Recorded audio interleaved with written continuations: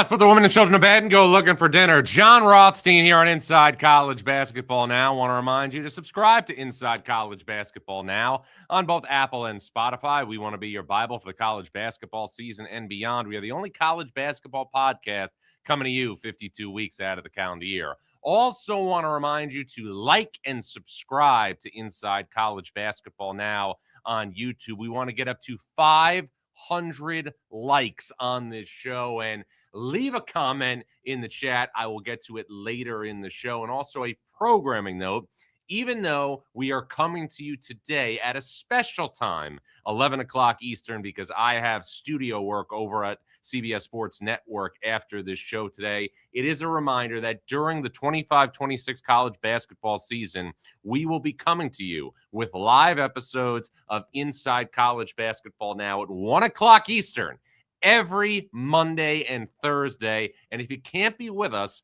live at 1 o'clock Eastern, we want to be a part of your commute home on Apple or Spotify, or also part of your morning workout if you can't get with us on your morning commute. We need an army with us each and every episode here on Inside College Basketball Now, and we want you to be all you can be. And also a reminder that in addition to the live shows that are coming to you on Mondays and Thursdays during the 25-26 college basketball season at 1 o'clock Eastern, Inside College Basketball Now will be also having during the week exclusive interviews with some of the biggest and best names in the sport. Tuesday's show at 8 o'clock Eastern will feature an exclusive chat with Virginia head coach Ryan Odom. Cavaliers are 16-2 after 18 games, but it was such a big weekend in college basketball. There were so many different storylines, and that is why we always start with three big things. And the first big thing I want to get into revolves around two teams that for a long time were at the top of the SEC,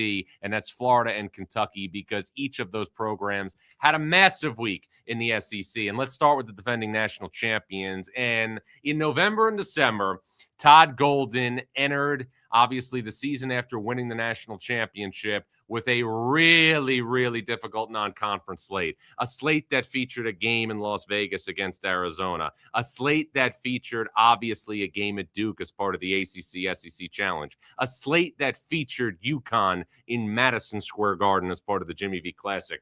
Florida lost a lot of close games. And even though the record for the Florida Gators was not obviously reflective of a team that, for all intents and purposes, was going to be seated high at the time if the NCAA tournament obviously was put together, Florida did show the knack of a team that had the requisites to be good really, really late. It seems like being good really, really late could happen, but it seems like the Gators are a little bit better maybe before we thought they'd be, because here in mid-January, Florida has won on an absolute tear in the SEC. Now, it's one thing to hold serve at home. It is one thing to take care of business in Gainesville, but Florida has ripped through its competition with an offense right now that is really starting to hit on all cylinders. Florida won Saturday at Vanderbilt. Florida has stacked up wins at home against Tennessee, against Georgia, and also on the road against Oklahoma. All three of those games came by double figures. And Florida also had an epic win on Saturday against Vanderbilt. Now, during this four-game winning streak, Florida is averaging over 94 points per game. I talked to Todd Golden about what has led to Florida's recent resurgence. It's real simple. Boogie Flan's assist numbers are up at point guard. Florida has also tightened its rotation to 8 players. Now we're starting to see 8 players cemented in the Gators rotation. The role allocation, the rhythm, the chemistry is all starting to settle in for Florida. And another thing that I think really needs to be pointed out, Florida's not turning the ball over as much as it was early in the season, and Florida seems, for all intents and purposes, to have unlocked something in Ruben Chinyelu, who was a starter on last year's team that won the national championship and came back to obviously have a bigger piece of the pie. And he is playing during this 4-game winning streak like an all-SEC first-team caliber player. During this run where Florida has beaten Tennessee, Georgia, Oklahoma, and Vanderbilt, 3 of those wins by double figures. Chinyelu is averaging 16.5 points and 10.5 rebounds. Now, I was in studio over the weekend, and we were talking about whether or not you view Florida as a real contender based on the way it's playing. And this is what I will tell you. To win the NCAA tournament, to win 6 games in a row, you've got to have elite guard play. We saw it last year when Florida had Walter Clayton, Elijah Martin, Denzel Aberdeen, who I'm going to talk about in just a couple of minutes here. Obviously, Will Richard. I don't know if Florida just yet has enough in the backcourt to win a national championship. I do think Florida, though, without question, with the right draw, could be a team that gets back to the Final Four for the second consecutive year. And we have to remember the 4 front court guys for Florida, Thomas Houck, Alex Condon, Ruben Chinyelu, Micah Handlogden, were all part of a team that won a national championship last year. We have to remember Urban Klavshar was part of a team that played and won a national championship last year by beating Houston in the title game. And I really think that Klavshar, because of his ability to shoot the basketball, add balance to the court, is the guy, in my opinion, that is a big wild card moving forward for Florida. When he's on the floor, the Gators have better spacing. When he's on the floor, the Gators have better balance across the board. And when he's on the floor, all of a sudden, it's harder to double team the low post for the opponent because he's always stretching the defense. I was going over my numbers earlier today. When Florida gets double-figure scoring from Urban Klavshar, the Gators this season are 7-1. I know it's still early January, or it's mid-January right now because it's January 19th as we're doing this show. Florida, to me, now, I don't know if they're going to be there at the end, but Florida, to me, is playing the best basketball out of anybody in the SEC. Lee, Fland finally coming into their own. Boogie Fland, assist numbers are up. Stability is up in terms of turning the basketball over. Florida doesn't have what it had in the backcourt last year when it won a national championship, but time will tell if it has enough. Now, you know as well as I do, this is only January. Meanwhile, Kentucky came back not once on the road, but twice on the road last week. First at LSU, then at Tennessee on Saturday, down by 17 or more points in both of those games. It was an epic comeback for the Wildcats in Knoxville on Saturday. It was an alarming defeat for Tennessee. But what we're seeing right now for Kentucky is this: incredible resilience and also the emergence of a new focal point on the perimeter, and that's Denzel Aberdeen, who, ironically enough, as I was just talking about Florida, was an integral part of the Gators team that won a national championship last season. Aberdeen made the decision then to transfer to Kentucky, and with Jalen Lowe out for the season, Aberdeen has went on an incredible tear. In the 3 games since Jalen Lowe was lost for the season with a shoulder injury, which he had been battling for the majority of the year, Denzel Aberdeen has become a go-to guy for Kentucky on the perimeter. During those 3 games, he's averaging over 18 points per game. He is becoming a steadying presence on the perimeter and a go-to scorer. Now, the question is, can Kentucky now continue to add to its momentum? Because here's one thing we're seeing. When you play in a league like the SEC, there is going to be a situation where any single time you take the floor, you are capable of losing to the opponent. The bottoms of these power conferences are all bad. I know that. I understand that. I embrace that. But I will say this. Kentucky, earlier last week, went on the road to a bottom 4 team in LSU and needed a buzzer beater from Malachi Moreno to beat the Tigers. Kentucky also is in a situation where not only was it playing at LSU and needed a buzzer beater, but LSU did not have De'Don Thomas, its all-SEC point guard, in the lineup as well. So you're very capable in the SEC of losing to any opponent on a given night. I'll give you another example. Texas had a stretch where it went to Alabama, beat the Crimson Tide in Tuscaloosa, came home, was the first team to beat Vanderbilt this season and then lost on Saturday at home to Texas A&M, and full credit to Texas A&M. But Kentucky, in order to keep its momentum going, has to hold serve at home this week against Texas and against Ole Miss. Texas coming off a loss against Texas A&M. Ole Miss coming off 2 road wins last week, one at the buzzer against Georgia, and then another on the road against Mississippi State. But incredible resolve, incredible resiliency for Kentucky. And why is this homestand so important for Mark Pope's squad?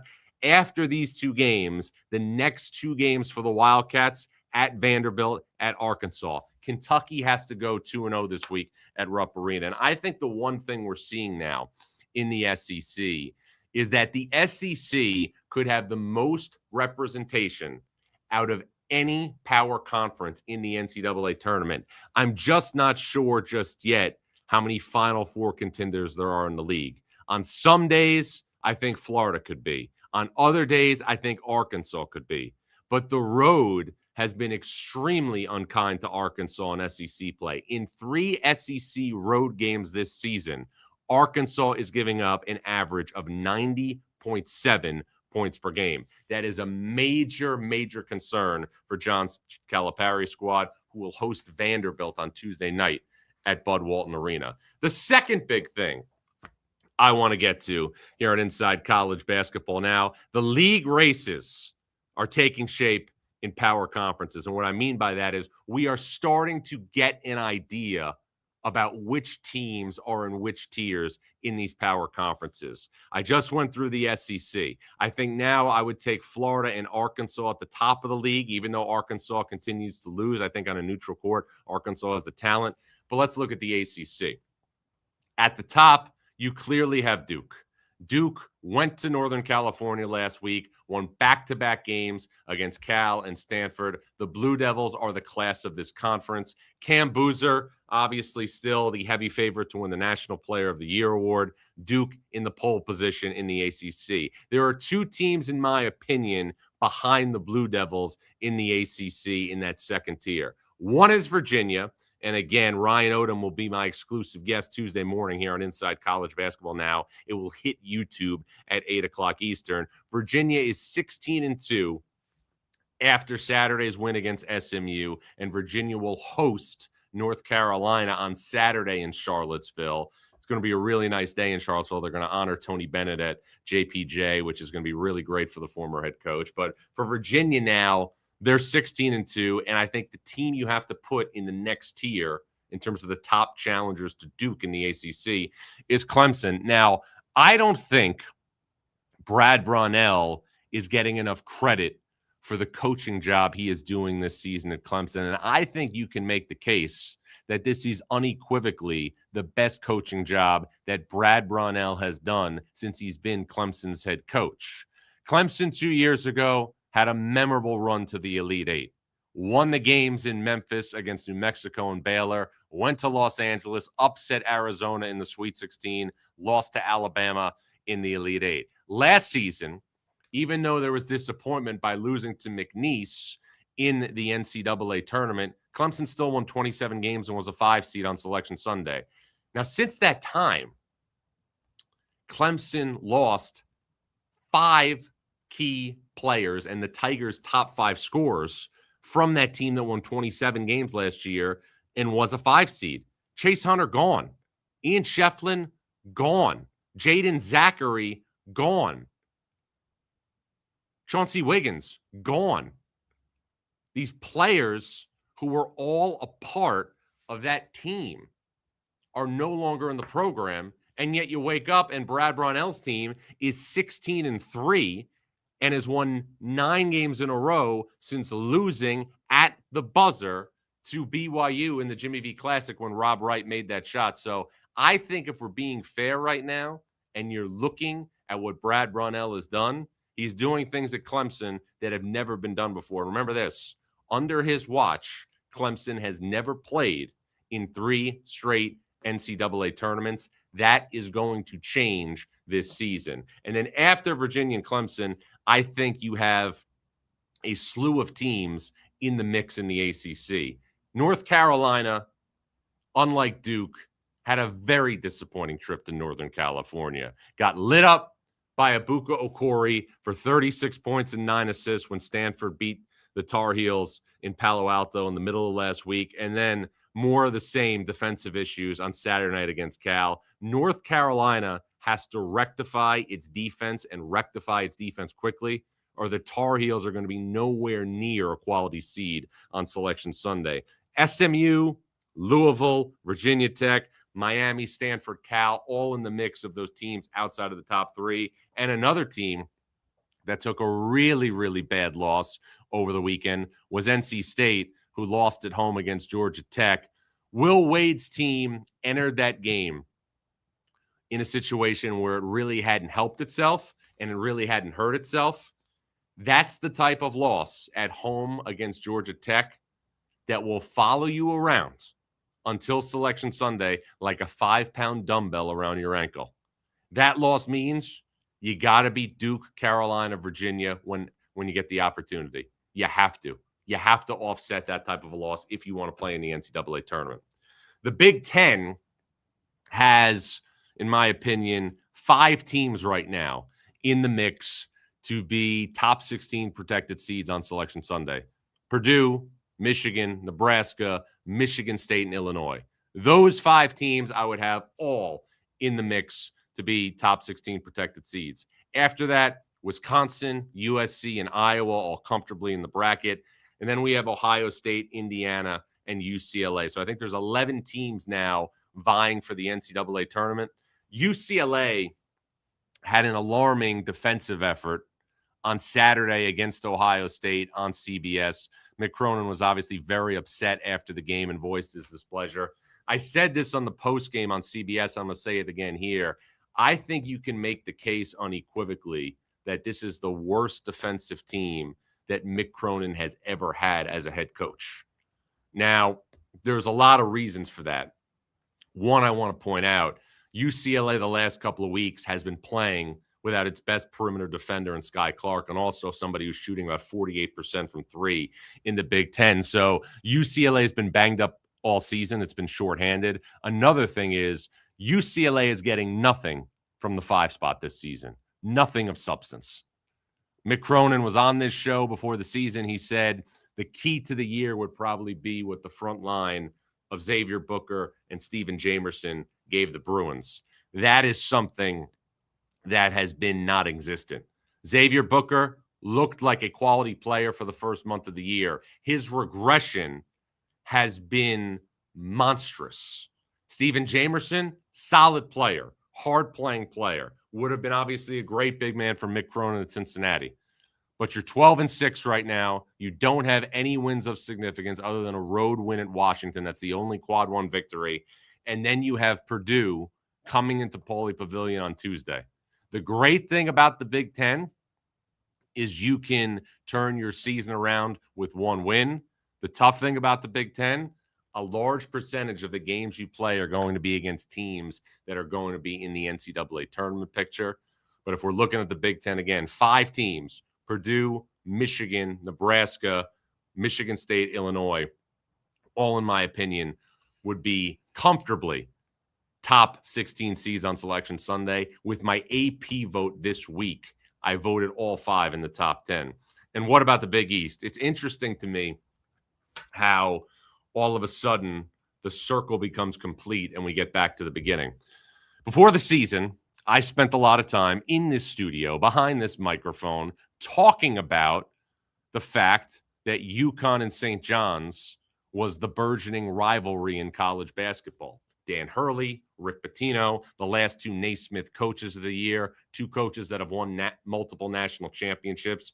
UConn is on the trajectory to be a 1 seed in the NCAA tournament and have a chance to win its 3rd national title in 4 years under Dan Hurley, and an accomplishment and an accolade that would put Dan Hurley with the following coaches from a historical perspective: John Wooden, Adolph Rupp, Bob Knight, Mike Krzyzewski, Roy Williams, Jim Calhoun. That's what one more national championship would do for Dan Hurley. There's only 2 coaches, too, that have won national titles 3 times in a 4-year stretch. John Wooden and Adolph Rupp. UConn has the requisites, but St. John's has also rallied itself over the last couple of weeks. The win Saturday night against Villanova was the best win for St. John's, who is now 4-0 on the road in Big East play. But you can see, as he has done many times in his Hall of Fame career, teams always get better under Rick Pitino throughout the course of a season. And Rick Pitino, when he was a guest on this show before the season, I believe we had him on in August for a long-form interview, he said, we may not have as good of a record this season because our non-conference schedule is so hard. So if you look at St. John's during the non-conference portion of the schedule, lost to Alabama, lost to Kentucky, lost to Iowa State. You'd probably like to have the Auburn game back in Las Vegas. But St. John's is a different team than it was. And now looking at the Big East, Seton Hall is starting to come back to the pack a little bit. Lost at home to Butler on Saturday. Seton Hall is going to play St. John's in the Garden Tuesday night. Villanova lost to St. John's on Saturday, lost at home to Creighton the week before, so they've lost a couple of games. It's pretty clear when you look at the Big East who the 2 best teams are, and it's pretty clear that St. John's has become a different team since Rick Pitino made the move to insert Dylan Mitchell into the starting lineup for the Red Storm. And this is a public service announcement for anybody out there who loves college basketball. These are the 2 dates of the times that UConn will play St. John's during the regular season. Friday, February 6th at Madison Square Garden, and also February 25th, there will be the rematch in Storrs, Connecticut. 2 holy wars. 2 games, if you're a college basketball fan, you don't even want to think about missing.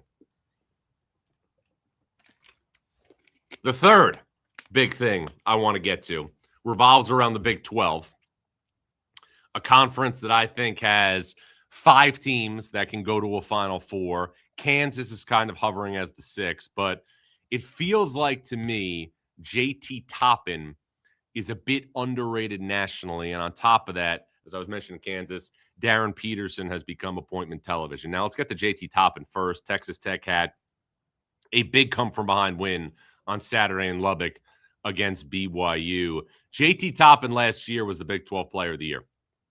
JT Toppin last year was a first-team All-American. And I feel that JT Toppin this season, maybe it's because the freshmen have been so good in college basketball. Maybe it's because so much attention has been going to Cam Boozer and AJ DeBansa and Darryn Peterson and Kingston Flemings and Koa Pete. And all those guys deserve the attention that they're getting. But JT Toppin is significantly better than he was last season when he was the Big 12 Player of the Year, when he was a guy that was a first-team All-American and an integral part on a team that was inches away from going to the Final Four before it lost to Florida in the Elite Eight. JT Toppin, and I talked to Grant McCaslin over text this morning, has made major strides defensively. JT Toppin is also averaging career highs in all the major statistical categories. And JT Toppin, again, is on a team that is capable of playing deep into the NCAA tournament. Is Kansas deep? Is Kansas capable of playing deep into the NCAA tournament? If Darryn Peterson plays the way he did on Friday night against Baylor, Kansas looks like it could compete with an NBA team. Because I've been doing this 20 years, and I have seen players go off. I've seen players have ridiculous performances. I have never seen anything like I saw from Darryn Peterson the other night against Baylor.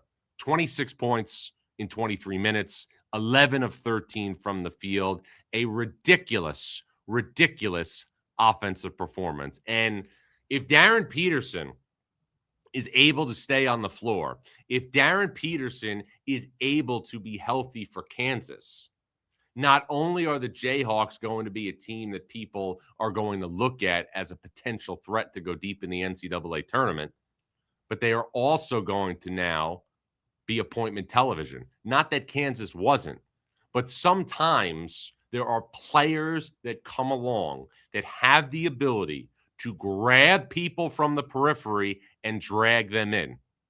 Zion Williamson had the ability to do that. There are certain players who have a knack to do that, to drag people from the periphery who might not even be the biggest college basketball fans and perish those people in their existence, if that's the truth. But with that said, Darryn Peterson has that ability. Kansas, though, has to show the ability that it can win in the Big 12 on the road. Kansas last week had a great week. Wins over Baylor and Iowa State. Kansas the week before had an unbelievable comeback against TCU.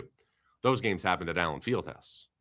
We've seen Kansas on the road so far this season against what is perceived to be lesser competition in the Big 12, UCF and West Virginia. Kansas this week at Colorado, at Kansas State. Two teams extremely desperate for a win. So I'm curious to see how Darryn Peterson and Kansas do away from Allen Fieldhouse this week. And if you're Kansas and you're now in a situation where you have a little momentum, you won 3 of 4, you got the Iowa State win, you got the Baylor win, this week is going to be huge for the long-term prognosis of this basketball team. And here's why. Against the top of the league, Kansas is going to have an opportunity to either augment its potential NCAA tournament seed or fall off. And those opportunities are coming because between January 31st and the end of February, Kansas is going to have 6 games against the top 5 teams in the Big 12. Houston, Texas Tech, Iowa State, BYU, and Arizona. 6 opportunities. But you can't get to those games with the standing you want to be in unless you take care of Colorado and Kansas State this week on the road. And that's why I'm so intently watching this team. It's a massive week for Kansas. Now, there was one major game Sunday night in college basketball. It was Houston against Arizona State. Houston is a team that is significantly better than it was a month ago. Houston is a team that is having its freshmen become capable and consistent players. And Houston is a team that in 4 to 6 weeks, in my opinion, is going to be right where it's been the last couple of years. And that's in contention to be a 1 seed in the NCAA tournament. Now, this does not get a lot of attention, but I think it should be pointed out. Houston, under Kelvin Sampson, has been a 1 seed for 3 straight years in the NCAA tournament. 2023, obviously, was a 1 seed, lost to Miami, who went to the Final Four in the Sweet 16. 2024 goes to the Sweet 16. Jamal Shead hurts his ankle against Duke. Duke wins. Houston loses again in the Sweet 16. And in 2025, Houston, as we know, went to the national title game and lost to Florida. Not only does Houston have a chance to be a number 1 seed for the 4th straight year, but Houston has a chance to have its cleanest path to a Final Four under Kelvin Sampson, who has twice led the Cougars to college basketball's most hallowed showcase. And here's why. Houston was supposed to be the host school in the South region of the 2026 NCAA tournament. Houston relinquished that opportunity. And I talked to the AD at Houston, Eddie Nunez, about that last week, and he told me after going to Indianapolis and playing Purdue in the Sweet 16 last year, and after going to Indianapolis and playing Tennessee in the Elite Eight, who also had a geographic advantage, he knew that he couldn't pass up the opportunity to not be the host school in the South region. Why is that so important for Houston? Because the top seed in the South region, if it's Houston, will play Sweet 16 and Elite 8 games this season, this March, at the Toyota Center in downtown Houston. That could be as big of a geographic advantage as we're going to see in the NCAA tournament unless Purdue makes the Final Four and is playing in Indianapolis. That is a big storyline to watch for the Cougars, who will have two freshmen now not named Kingston Flemings, Isaiah Harwell and Chris Sinak, who all of a sudden are starting to play more consistently, more confidently. Sinak and Harwell are catching up with Flemings in that terrific freshman class under Kelvin Sampson.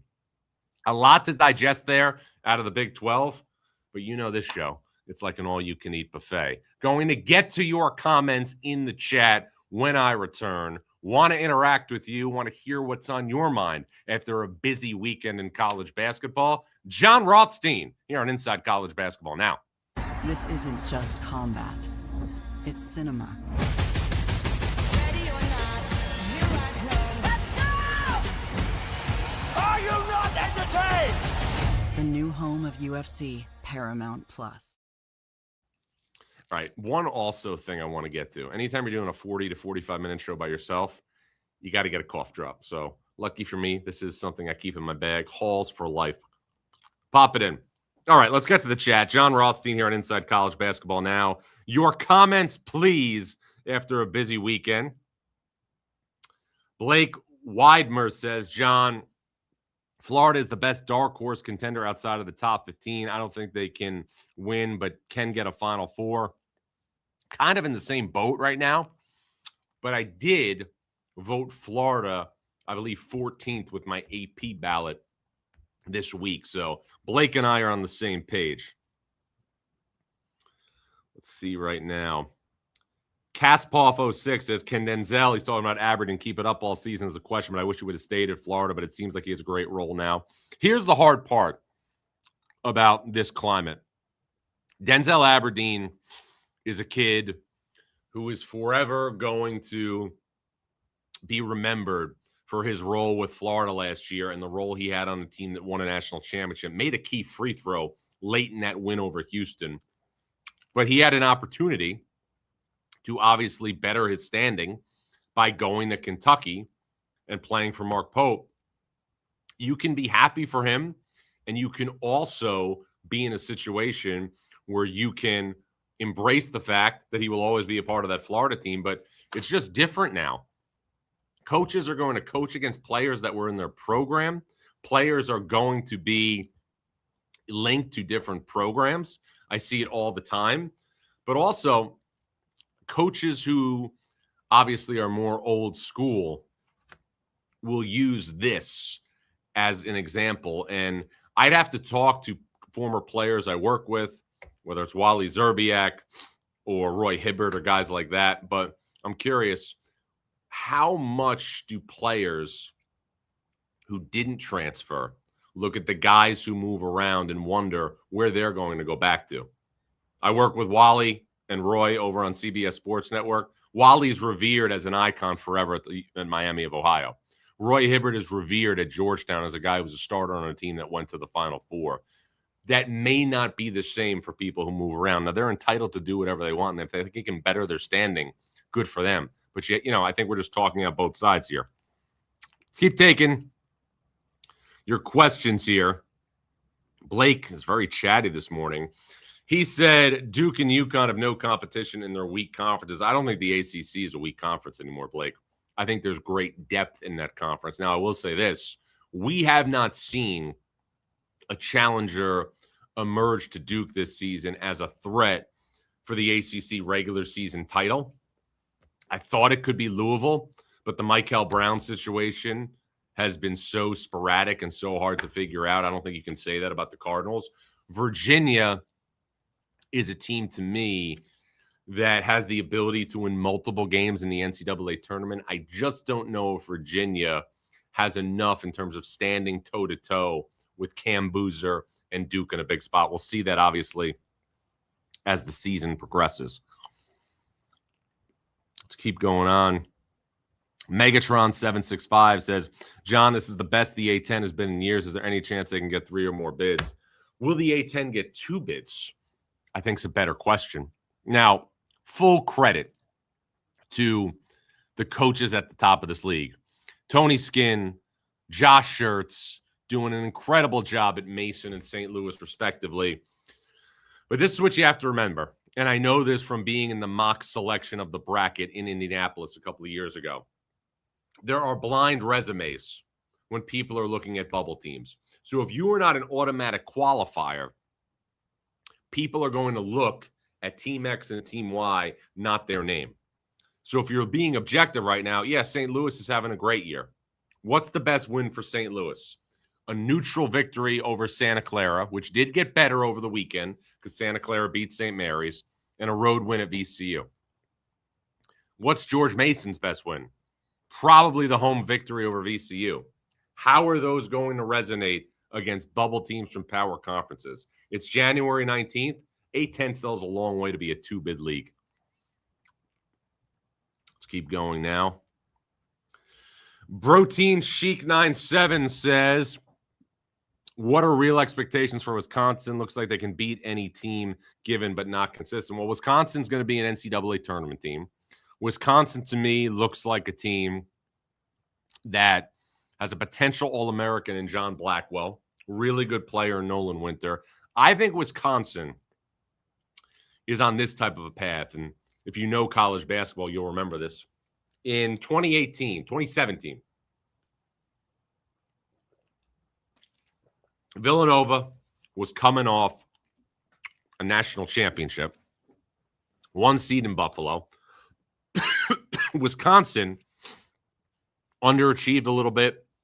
Ethan Happ, Nigel Hayes, Bronson Koenig got Villanova in the round of 32, upset Villanova, went to the Sweet 16 and lost. But I think Wisconsin is that type of a team. Could be a 6 seed, could be a 7 seed that picks off a 2 or 3 in the round of 32. All right, let's move along right now to segment 3. Let's get some news and notes from around the world of college basketball. 3 good nuggets. Nugget number 1, wounded Zags. Gonzaga's got to get healthy. Braden Huff out 4 to 8 weeks with a knee injury. Meanwhile, Graham Ike missed Saturday's game against Seattle due to an injury. Gonzaga has to get healthy and get healthy quick.